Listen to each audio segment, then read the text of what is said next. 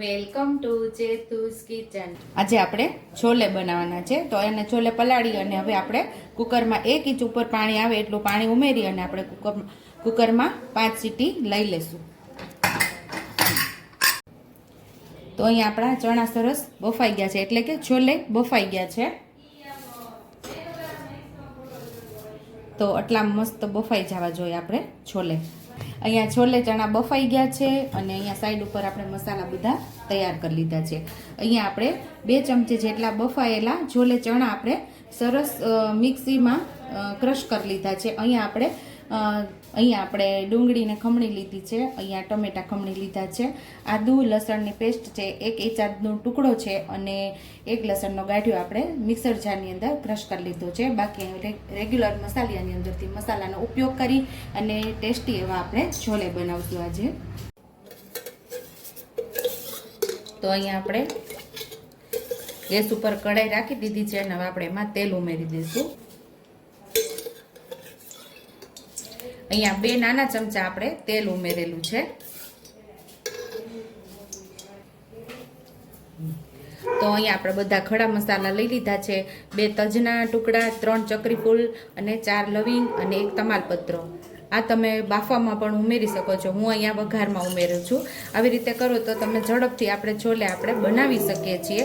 ફટાફટ છોલે બફાઈ જાય અને ટમેટું અને ડુંગળીને સરસ ખમણી લેવાનું અને લસણ આદુની પેસ્ટ કરી લેવાની તૈયાર। તો ફટાફટ આપણા છોલે તૈયાર થઈ જાય છે। અહીંયા આપણે ડુંગળીને ઉમેરી દઈશું। તો ડુંગળીને સરસ આપણે સાંતળી લેવાની છે। અહીંયા આપણે કેપ્સિકમ ઉમેરી દઈશું।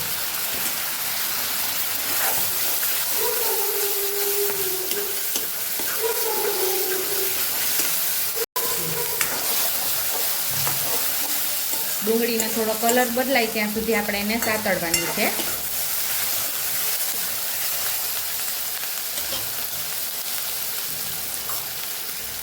અહીંયા આપણે આદુ લસણની પેસ્ટ પણ ઉમેરી દઈશું, એ પણ સરસ સાતળી લેવાની છે। એની કચાશ દૂર થાય ત્યાં સુધી આપણે એને સાતળી લેવાની।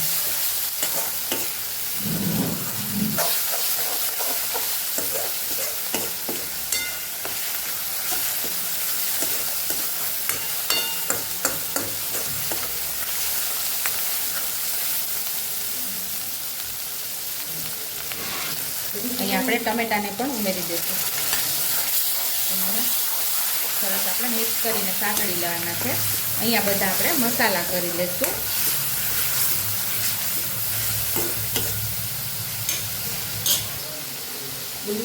એક ચમચી જેટલું લાલ મરચી પાવડર, 1 ચમચી ધાણા જીરું, અડધી ચમચી જેટલી હળદર, થોડી હિંગ,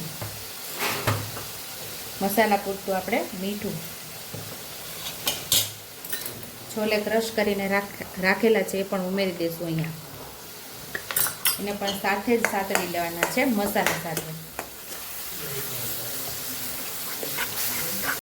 તેલ સરસ છૂટું પડે ત્યાં સુધી એને સાતળી લેવાનું છે।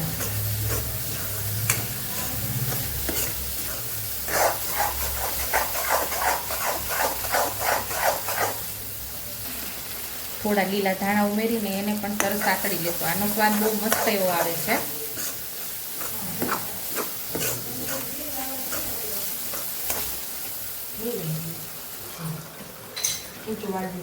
અહીંયા આપણે છોલે ઉમેરી દઈશું।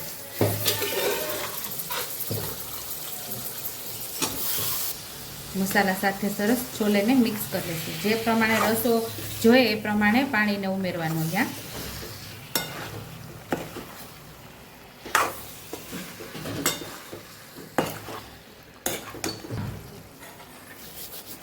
થોડી આપણે કસૂરી મેથી ઉમેરી દઈશું, હાથેથી મસળીને આપણે ઉમેરી દેવાની। અહીંયા આપણે ગ્રેવી માટે અડધા ગ્લાસ જેટલું પાણી ઉમેરશું।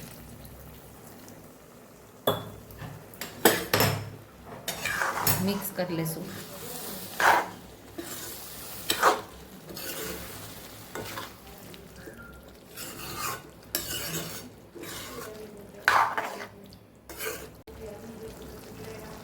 તો ટેસ્ટી એવા આપણા છોલે તૈયાર છે।